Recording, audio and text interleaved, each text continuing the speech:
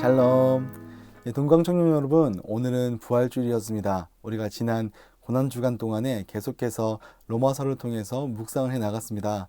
아마 여러분들 가운데 이 로마서를 깊이 묵상했던 청년들이라면 오늘 이 부활주일이 평소의 부활절과 좀 다르게 더 크게 더 의미 있는 날로 아마 여러분들 가운데 느껴졌을 거라고 확신합니다. 여러분 어떻습니까? 야, 너도 묵상할 수 있어. 잘 묵상하셨죠?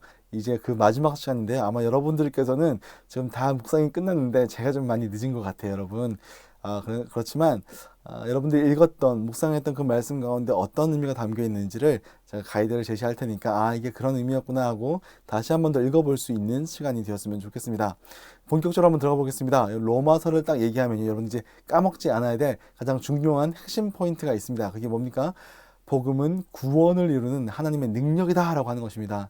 이제 우리는 이 로마서 말씀을 통해서 구원이 우리에게 어떻게 이루어졌는지를 충분히 살펴보았을 거라고 생각합니다. 여러분 어떻습니까? 바울은 이 복음을 부끄러워하지 아니하노니 라고 하면 오히려 나는 복음을 자랑합니다 라고 이야기를 합니다. 여러분들은 이 복음이 어떻습니까? 여러분들을 구원하고 여러분들을 그 구원의 삶을 살아가게 만드는 이 복음이 여러분에게도 하나님의 능력으로 느껴지시기를 주님의 이름으로 축원합니다. 그런데요, 우리가 이 말씀을 계속 이어져 나가고 있는데 9장부터 11장까지의 말씀을 보게 되면 이 논쟁이 하나 나오는 거죠. 이스라엘을 향한 하나님의 약속을 어떻게 보아야 하는가? 오늘 우리가 11장부터 살필 텐데요. 이 11장은 이 논쟁의 마지막 부분에 있습니다. 그러면 하나님께서 구약에 찾아오신 이스라엘을 버린 것인가? 라는 질문이 계속해서 이어져 가고 있습니다. 왜 그렇습니까? 현실적으로 문제를 보자는 거예요. 바울은요, 하나님께서 우리를 구원해 주실 거야 라고 구약에 인용된 어떤 그런 말씀들을 선포하고 그냥 넘어갈 수도 있었습니다. 그런데 바울은 그렇게 하지 않습니다. 바울이 왜냐하면 현실을 보니까 이방인들은 막 구원받고 성령의 충만함을 받고 막 즐거워하는데 자기 민족인 이 이스라엘 백성들은요, 이 복음을 거부하는 자들이 너무 많기 때문입니다. 이 현실을 어떻게 바라봐야 하는가라는 문제가 바울에겐 굉장히 중요한 문제였습니다. 이런 현실 가운데 바울은 자기가 경험한 것들을 바탕으로 하나님께서 유대인을 절대로 버릴 수 없느니라 라고 11장에서 선포하고 왜 그럴 수 없는가 라고 하는 내용들을 이제 논증해 나가고 있는 거죠. 바울은 사실 그냥 안 버리신다라고 하고 넘어갈 수 있었지만 하나님께서 반드시 그 약속을 지키시는 분이다 라고 천명하고 있습니다.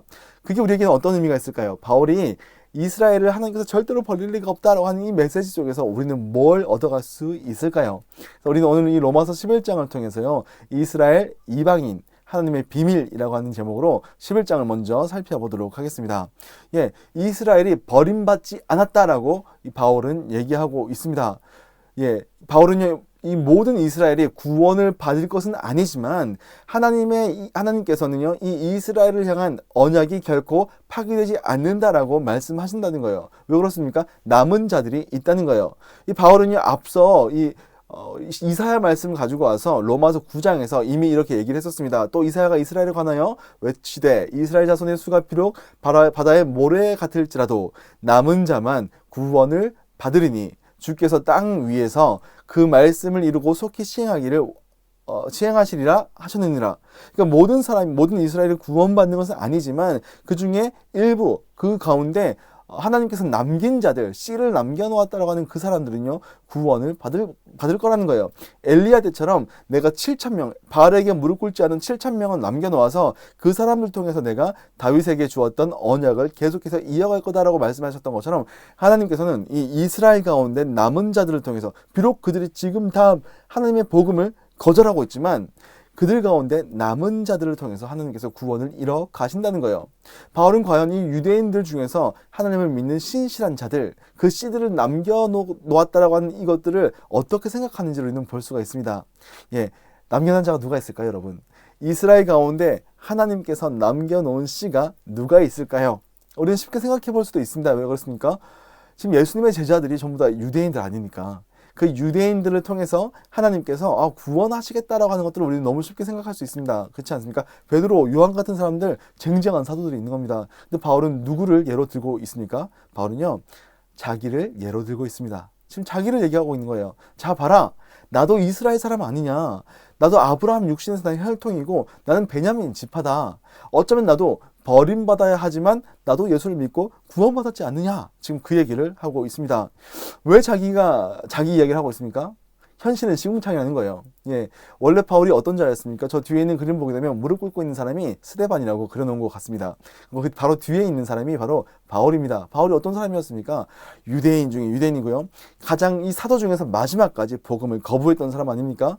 그는 끝까지 복음을 거부했지만 버팅기다가 하나님의 강권적인 역사 가운데 이 다메섹 도상에서 회심하는 장면이 우리 사도행전 가운데 나와 있지 않습니까?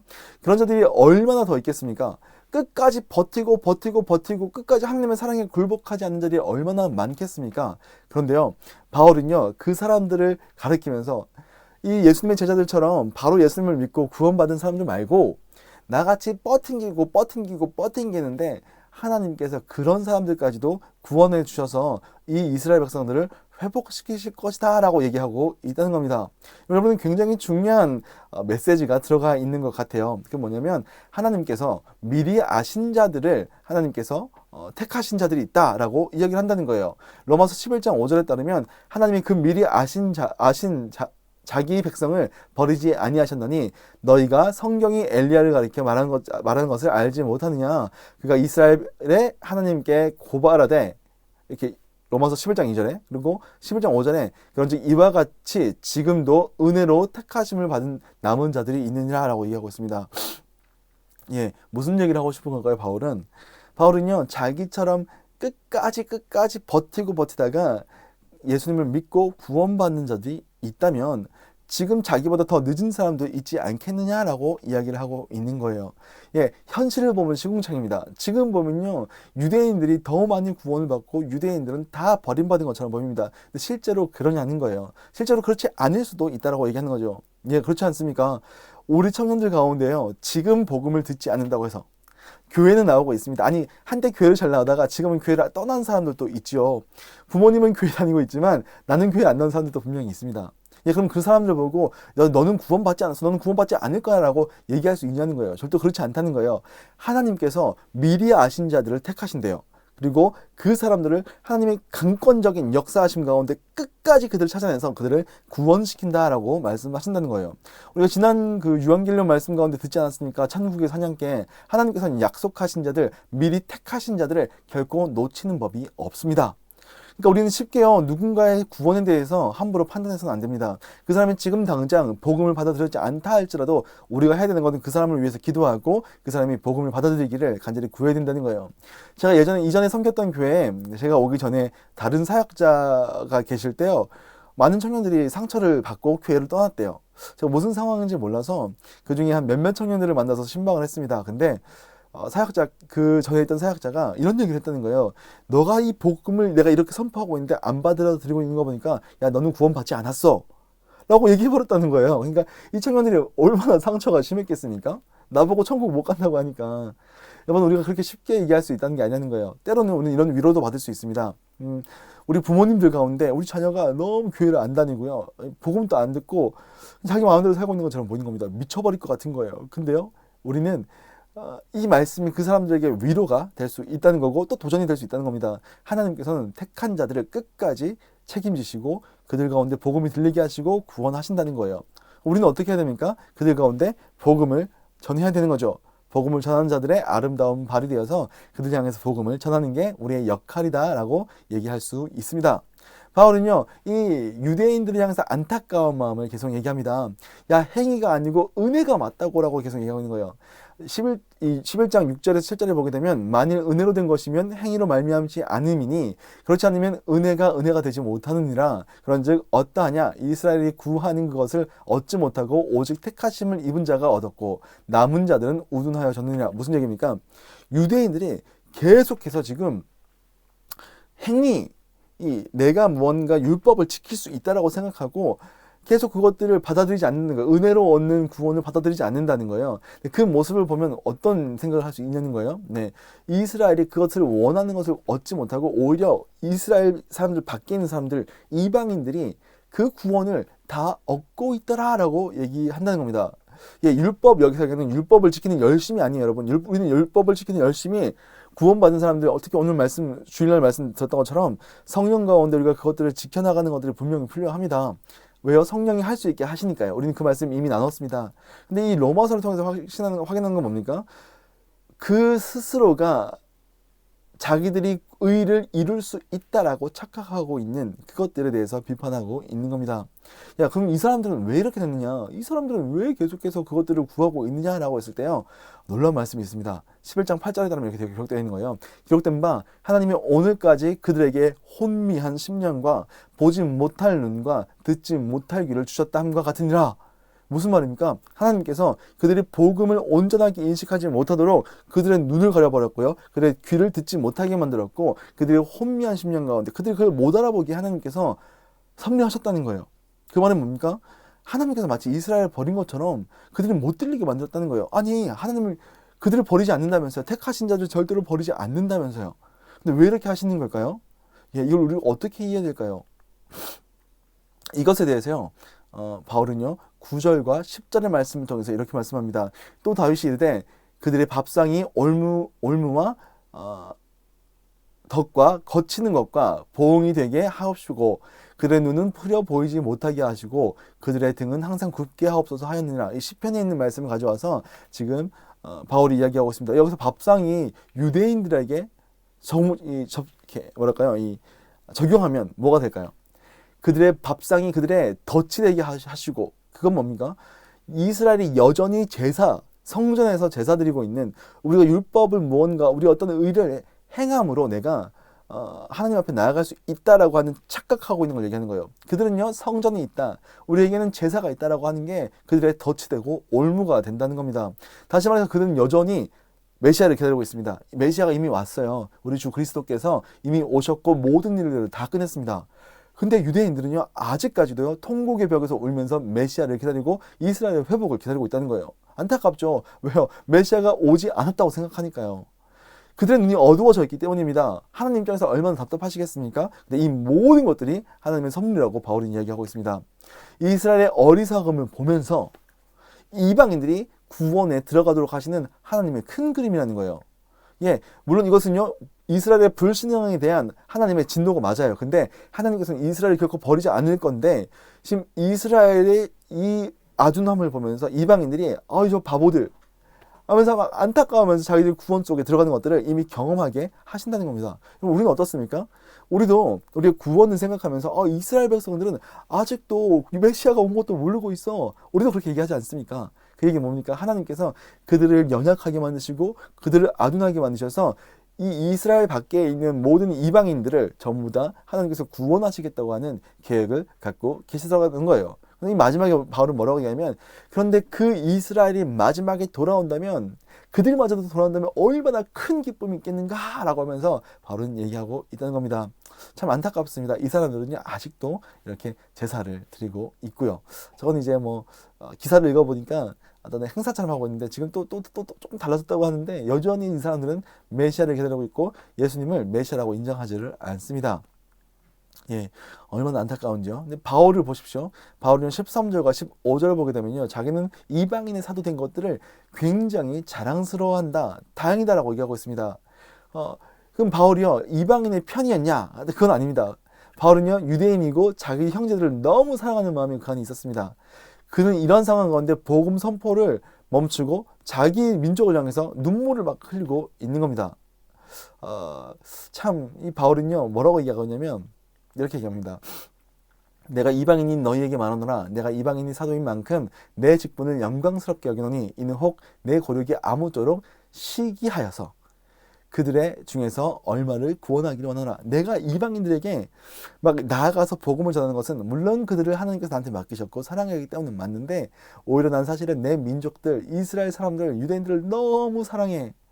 근데 그들이 돌아오길 바라면서, 그들이 이방인들이 구원받고 돌아오는 것들을 보면서 오히려 질투를 해서 그들도 돌아오기를 바라는 마음이 있다라고 바울은 지금 이야기를 하고 있습니다. 그러면서 이 이방인과 유대인 사이의 관계는 무엇이냐? 그럼 이렇게 얘기하는 거예요. 이 유대인들은 끝나버렸고 유대인들이 망한 자리에 우리가 뭐 촛대가 옮겨졌다 뭐 이런 표현 쓰지 않습니까? 그것처럼 유대인들이 사라져 버렸고 이방인들이 그 자리를 대신 메웠냐? 근데 그건 또 아니라는 거예요. 바울은요, 첫 번째 열매가 거룩하면 반죽도 그러하다라는 표현을 씁니다. 하나님께 첫 열매로 드려진 이 떡덩이가 거룩한 것이면 그 덩이에 속한 나머지 반죽들도 거룩하다. 다른 말로 표현하면 이런 표현이에요. 한 나무의 뿌리가 거룩하다면 그 수액을 받아 살아가는 나무들도 거룩하다. 그렇다면 이스라엘은 복음을 거부하고 이방인들을 복음을 받아들였던 이 현재 상황이 어떤 그림이냐? 그들 저 가운데 가지 중에 일부가 끊겼다는 거예요. 이 올리브나무예요. 올리브나무, 참 올리브나무인데 저 뿌리는요, 아브라함과 거룩한 후손들에게 하나님께서 하신 언약의 메시지라는 거예요. 그럼 지금 이스라엘은 어디 있습니까? 저 위에 저 가지 중에 하나라는 거예요.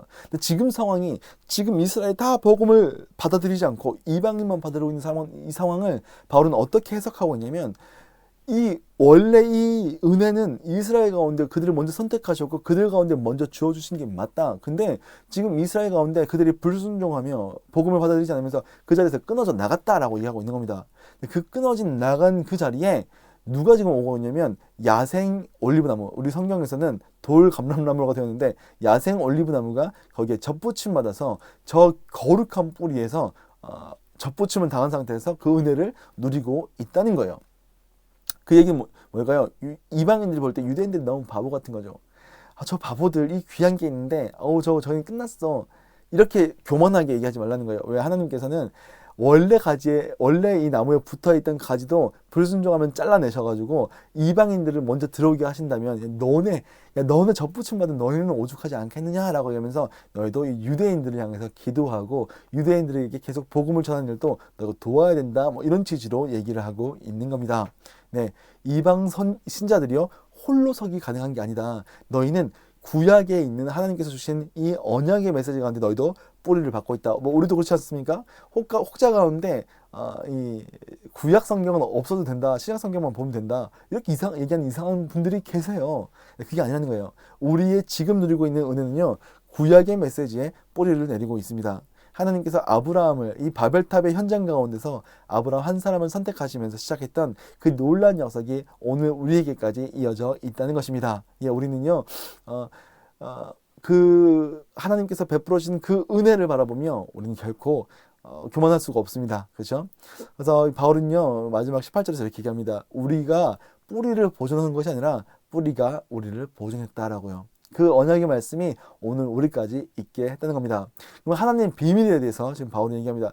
이방인과 유대인 사이의 관계를 보면서 바울은 뭐라고 얘기하면, 형제들아, 너희가 스스로 지혜 있다 하면서, 이 형제들은 이제 이방인들이죠. 형제들아, 너희가 스스로 지혜 있다 하면서 이 신비를 이제 해석하면 비밀이에요. 비밀이라고 합니다. 이 비밀을 너희가 모르기를 내가 원하지 아니하노니, 이 비밀은 이방인의 충만수가 들어올 때까지 이스라엘은 덜어 우둔하게 된 것이라. 그래야 온 이스라엘이 구원을 받으리라. 기록된 바 구원은, 그렇죠? 구원자가 시온의 오사 야곱에게서 경건하지 않은 자들을 돌이키시고 내가 그들의 죄를 없이 할 때에 그들에게 이루어질 내 언약이 이것이라 함과 같으니라. 무슨 얘기입니까? 지금 유대인들 가운데 그들의 복음을 받아들이지 않고 멈춰 있는 것 같이 보이는 것들, 그들이 버림받는 것처럼 보이는 현실은 실제로 그들이 버림받은 게 아니고 그들의 불순종을 통해서, 그들의 어떤 이 우둔함을 통해서 이방에 있는 모든 충분한 수의 사람들이 구원받을 때까지 이들의 구원이 유보되어 있다라고 얘기하는 겁니다. 바울의 그 영원이 뭐겠습니까? 그거 막 스페인까지 가서 서바나까지 가서 복음을 전하고 땅끝까지 복음을 전하고 싶겠습니까? 그래야지 내 민족 유대인들이 구원을 받을 수 있겠다는 확신, 이 하나님의 비밀을 그는 이해했고 알고 있었기 때문입니다. 예, 그래서요, 하나님의 은혜는요, 변하는 게 아닙니다. 그렇죠? 하나님은 완악하게 하시면요, 모두를 멸망시키려고 하는 게 아니라 모든 사람에게 자비를 베푸시기 위한 하나님의 의도된 표현이었다는 겁니다. 모두 죄 아래 가두고 이 인간적인 추구함의 이 허망함을 폭로하고 모두를 생명에 접붙일 수 있는 창조주 하나님의 자비하심만 의존하도록 만들었다는 겁니다. 네, 복음으로 하면 그들이 너희로 말미암아 원수된 자여, 택하심으로 하면 조상들로 말미암아 사랑을 입은 자라. 그들이 지금은 그렇게 하나님의 복음에 원수된 자처럼 보이지만 실제로 그들은 원래는 사랑받는 자였다. 하나님의 은사와 하나님의 은혜죠. 하나님의 은혜와 부르심에는 후회하심이 없다. 결국에 하나님께서 모든 사람을 이렇게 순종하지 않는 가운데 가두어 두심으로 모든 사람에게 긍휼을 베풀려고 하시는 거다라고 이 유대인과 이방인의 관계가 이제 11장에서 이렇게 정리가 되는 겁니다. 그들은 버림받은 게 아니고 하나님께서 그들을 아둔하게 하셔서 기다리고 있는 거다. 이방인은 충분한 수가 들어와서 이 이스라엘 사람들 하나님께서 그 가운데 남겨놓은 자들을 반드시 구원하실 거다라고 11장까지 이야기를 하고 있습니다.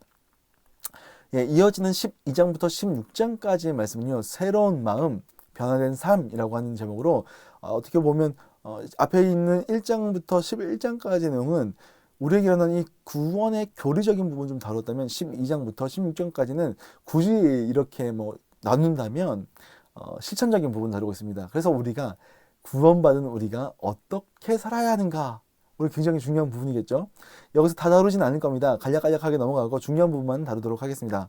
예, 로마서 12장에 들어가면요, 우리의 삶을 제사라고 얘기하고 있습니다. 그러므로 형제들아, 내가 하나님의 모든 자비하심으로 너희를 권하노니 너희 몸을 하나님께서 기뻐하시는 거룩한 산제물로 드리라. 이는 너희가 드릴 영적 예배니라. 예, 우리가 많이 들어보았던 말씀입니다. 여러분, 우리가 이 은혜 받은 삶, 성도의 삶이 구체적으로 어떠해야 되는지를 12장부터 이야기를 하고 있습니다. 바울은 우리의 삶을 살아있는 제사로 드리라고 얘기를 하고 있습니다. 산 제물로 드리래요. 약간 이게 모순적인 표현이에요. 왜요? 제사는요, 우리가 이미 알고 있다시피 죽여서 불로 태워서 올려드리는 걸 제사라고 부르는 거예요. 근데 왜 살아있는 제물이라고 하지 않습니까? 이게 사실 말이 안 돼요. 뜨거운 얼음 막 이런 표현이랑 비슷한 거예요. 근데 왜 이렇게 얘기하느냐? 왜요? 예수 그리스도께서 십자가에서 그 모든 피 흘림을 한꺼번에 끝내버렸다는 거예요. 그럼 우리는 이제 앞으로 우리의 삶을 어떻게 제사로 드려야 되느냐? 우리의 이 피 흘림을 받은 우리의 삶 자체가 하나님께 올려드리는 제사가 된다는 거예요. 여러분, 제사의 이미지를 한번 잘 생각해 보십시오. 제사는요, 이 하나님께서 받으시는 제사가 있고요, 받지 않으시는 제사가 있습니다. 하나님께서 받으실 만한 거룩한 제사가 있고 그렇지 않은 제사가 있다는 거예요. 그럼 우리는요, 우리의 삶이 우리의 몸, 우리 삶 전체가 하나님께 드려지는 예배라면 우리는 이 삶의 거룩함을 위해서 우리는 애쓰고 그것들을 올려드리려고 노력해야 된다는 것입니다. 예, 우리가 이 삶을 이제 우리가 구원받았어요. 나는 이제 구원받았으니까 하나님 나라에 갑니다 라고 하면서 이제는 나는 천국 티켓을 땄으니까 내 마음대로 살 겁니다 라고 얘기할 수 없다는 거예요. 왜요? 우리가요, 이건 놓고 그까이 거 대충 살아 라고 얘기할 수 없다는 거예요. 왜요? 우리의 삶이 하나님께 올려드리는 제사이기 때문입니다. 하나님께서 우리의 삶을 받으실 만한 것들로 우리는 그분께 올려드려야 합니다. 예, 그러면요, 이 하나님께 올려드리는 산제물로 드리라, 이것이 너희가 드릴 영적 제산이라 라고 얘기하고 있는데, 이건 도대체 무슨 의미일까요? 예, 여기 보면 이제 영적 제산이라, 영적 예배니라, 영적 예배니라는 표현이 있는데, 사실은 이 영적이라고 하는 표현이 원어로 보게 되면 영적이라고 해석하기에는 약간 어려워요. 이 로지코스라고 하는 단어인데, 이거는 합당한이라고 하는 뜻이 있어요. 무슨 얘기일까요? 여기서 예배라고 하는 표현도요, 뭐랄까, 이 제의적인 섬김, 이런 의미인데, 이제 너희가 거룩한 삶을 사는 제사로 올려드리는 것이 우리가 마땅히 드려야 되는 예배 방식이라는 거예요. 우리가 오해해서는 안 됩니다. 우리가 교회에서 드리는 예배만이 예배라고 착각해요. 그러니까 약간 이게 성속 이원론이라고 하지 않습니까? 그래서 밖에서의 삶은 속된 것이고 거룩하지 않은 것이고, 우리가 교회에 와서 모여서 드리는 예배만 거룩한 예배다 착각할 수 있는 거예요. 왜? 이게 어디서 가져오는 개념이냐면 이 성전에서 갖고 온 개념이거든요. 그렇게 돼버리면. 근데 이 모든 성전에서 드리는 제사가 끝났어요. 우리 삶 자체가 제사가 되었습니다. 실제로 여러분, 주일 예배보다 어떤 의미에서 더 중요한 게 우리의 삶의 제사예요. 예, 사실은 신약에 들어가게 되면 우리가 주일에 모여서 드리는 예배에 대한 부분을 이 서비스, 이거 보통 이제 주일 예배 드릴 때 썬데이 서비스라고 부르고 섬김, 제의적인 섬김 이렇게 표현하는데, 사실 신약 성경을 보게 되면 신약의 예배를 그런 식으로 표현한 건 사실은 없어요. 신약의 예배는 이 예배라는 표현을 오히려 삶에 더 갖다 붙였고요. 주일에 모이는 건 에클레시아라고 얘기하죠. 교회, 에클레시아, 회집, 모임. 그러니까 성도, 이 거룩한 삶을 사람들이 모여서 함께 말씀을 나누고 함께 삶을 나누는 게 우리가 주일날 드려지는 이 교회 모임이라는 거예요. 실제로 우리 삶이 하나님께서 받으실 만한 거룩한 제사로 올려드리는 게 실제로 우리가 더 중요하게 생각해야 되는 부분이에요. 여러분에게 권면합니다. 세상 속의 삶은 내 마음대로 살아야 되고, 마치 카톨릭의 사제들 앞에 나와서 고해성사 하듯이 주일만 나와서 하나님 죄송합니다, 회개합니다라고 하고 뭔가 힘을 얻고 뭔가 이 깨끗해진 상태로 목욕 제기를 하고 세상으로 돌아간다. 그거 아니에요, 여러분. 그거 아닙니다. 여러분 세상 속의 삶을 거룩하게 살려고 애쓰고 또 그것들을 구해야 된다는 것입니다. 예, 그럼요. 이어서 2절에 보게 되면 이 합당한 예배 방식이 어떤 식으로 진행이 돼야 되는가라고 얘기하고 있습니다. 2절에 보게 되면 너희는 이 세대를 본받지 말고 오직 마음을 새롭게 함으로 변화를 받아 하나님의 선하시고 기뻐하시고 온전하신 뜻이 무엇인지 분별하도록 하라. 이게 합당하게 드리는 삶의 예배 방식이라는 거예요. 두 가지를 얘기해 볼 수 있겠습니다. 첫 번째 뭡니까? 이 세대를 본받지 말래요. 여러분 이 세대를 본받지 말래요. 이게 첫 번째 우리가 드릴 수 있는 예배의 핵심입니다. 두 번째는 뭡니까? 너희가 변화를 받으래요. 너희가 변화를 받으래요. 사실 이게 원어로 보게 되면 언어유예요. 언어유희. 그래서 이거를 영어 성경들을 보면 잘 번역한 부분들이 있습니다. 그러니까 앞에 있는 거 세상을 본받다라고 할 때 conform을 얘기합니다. conform. 그리고 두 번째는요. 이제 변화를 받아 트랜스폼입니다. 그러니까 우리의 이 상태, 우리의 이 형태 이것이 이 세상에 순응하느냐 아니면 바뀌어야 되는가 라고 하는 부분으로 얘기하고 있다는 겁니다. 그걸 어떻게 얘기할까요?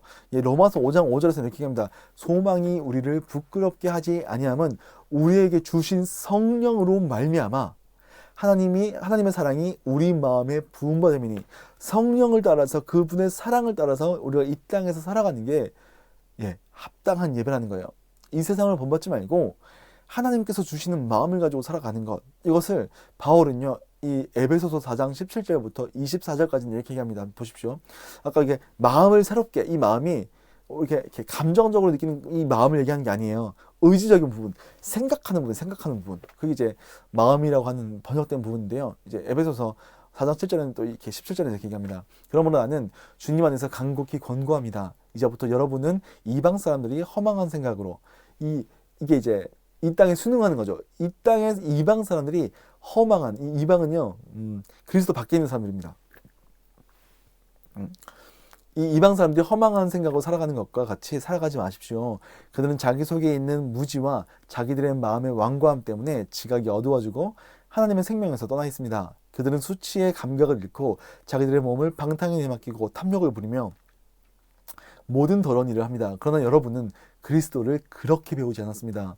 여러분은 예수 안에 있는 진리대로 그분에게 관해서 듣고 또 그분 안에서 가르침을 받았으면 여러분은 지난날의 생활 방식대로 허망한 욕정을 따라가다가 썩어질 그것으로 살아가지 말라는 거예요. 그 사람을 벗어버리고 마음의 영을 새롭게 하여 하나님의 형상을 따라 참 의로움과 거룩함으로 지으심을 받은 새 사람을 입으십시오라고 이 에베소서에서는 요 똑같은 내용을 이렇게 번역하고 있는 거죠. 우리는 마음의 영을 새롭게 함으로 우리 하나님의 형상을 따라 그리스도를 닮아가는 새 사람을 입는 방식으로 우리는 이 땅에서 살아가야 된다는 겁니다. 이것이 우리가 드릴 영적인 제사, 합당한 제사, 합당한 예배, 살아있는 제사라는 거예요. 자, 그 뒤에 나오는 12장 13절 쭉 나오는 내용들을 보게 되면 그러면 이렇게 마음의 변화를 받아 새롭게 된 그리스도인들은 어떤 방식으로 사는가라고 하는 내용들을 이어서 이야기를 쭉 해나가고 있습니다. 그러니까 앞에 있는 1절과 2절의 내용들을 쫙 풀어서 쓴 게 뒤에 나오는 내용들이라는 거예요. 자, 공동체성에 대해서 나중에 한번 쭉 읽어보십시오. 공동체성에 대해서 얘기하고요. 형제 자매를 향한 사랑에 대해서 얘기합니다. 그런가 하면 나태함을 버려라. 우리에게 주어주신 시간을 거룩하게 사용해라 라고 얘기하겠죠. 항상 기도에 힘써라. 모든 사람들을 향한 평화의 태도를 가져라. 원수든 우리를 박해하는 자든 타인의 마음과 그 기쁨에 공감하라 라고 원수에게라도 그렇게 필요를 채워주라 라고 이야기를 하고 있습니다. 그리고 선으로 악을 이기라 라고 얘기하고 13장에 보게 되면 이 국가 권력에 대해서 하나님께서 그들을 사용하신다. 그들의 권력에 복종해라 라고 하는 내용들이 있고요. 또 사랑은 율법의 완성이다 라고 하면서 서로 사랑해라 라는 얘기가 있습니다. 네, 그 다음에는 뭐냐면 삶의 종말론적인 정황에 대해서 얘기합니다. 거의 다 끝날이 왔습니다. 여러분 깨끗해져서 이 땅의 사람들과 순응하지 말고 마지막이 왔다라고 생각하고 갑옷을 입고 행동하며 살아가십시오라고 이야기를 하죠. 그 마지막은 무엇입니까? 자, 하나님 나라에 어울리는 태도에 대해서 14장부터 15장까지 쭉 얘기합니다. 읽어보십시오. 그리고 16장까지 이야기를 하면서 이제 모든 내용들이 다 끝나고 인사하고 끝이 납니다. 이렇게 로마서를 정리해 볼 수 있겠습니다. 앞에 1장부터 11장까지 내용들을 한번 쭉 살펴보신다면 우리에게 임하신 구원, 하나님의 계획이 이런 거였구나. 그리고 12장부터 16장까지는 그것에 속한 사람들이 어떻게 살아가야 되는구나 라고 정리해 볼 수 있겠습니다. 그래서 우리는 마지막으로 이렇게 얘기할 수 있을 것 같아요. 복음, 우리를 구원하시고 새롭게 변화된 삶으로 하나님 나라를 살아가게 하시는 하나님의 능력이 되는구나. 어마어마하다 라고 우린 정리해 볼 수 있겠습니다.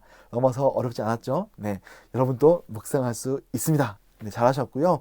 우리도 다음번에 이렇게 같이 묵상할 수 있는 기회가 있다면 제가 좀 미리미리 준비해서 좀 고달프지 않도록, 또 여러분에게 이 내용들을 너무 늦게 주지 않도록 다시 한번 저희가 애쓰겠습니다. 아무튼 너무 수고하셨고 마지막까지 함께 해주셔서 감사합니다. 제가 잠깐 기도하겠습니다. 하나님 아버지 감사합니다. 사랑하는 청년들과 함께 로마서 1장부터 16장까지 내용들을 가이드로 살펴보았습니다. 로마서를 우리에게 주신 게 얼마나 감사한지요. 로마서가 우리에게 있다는 것이 우리에게 얼마나 다행인지요. 하나님 아버지, 우리에게 주신 십자가와 이 부활의 의미를 온전하게 알아가게 하시고 우리 주님께서 주신 이 사랑에 푹 잠겨서 우리에게 주신 삶을 거룩한 산제사로 올려드리며 합당한 예배로 나아갈 수 있는 우리들 될 수 있도록 주께서 인도하여 주시옵소서. 날마다 더욱더 주의 사람으로 변해가는, 이 땅에 속하지 아니하고 이 땅에 순응하지 아니하고 하나님께서 주시는 사랑의 마음, 성령으로 마음이 새롭게 되어서 끝까지 주와 함께 동행하는 우리들 될 수 있도록 주께서 인도하여 주시옵소서. 주님 감사합니다. 예수님의 이름으로 기도드렸습니다. 아멘. 너무 수고하셨습니다. 빠잉.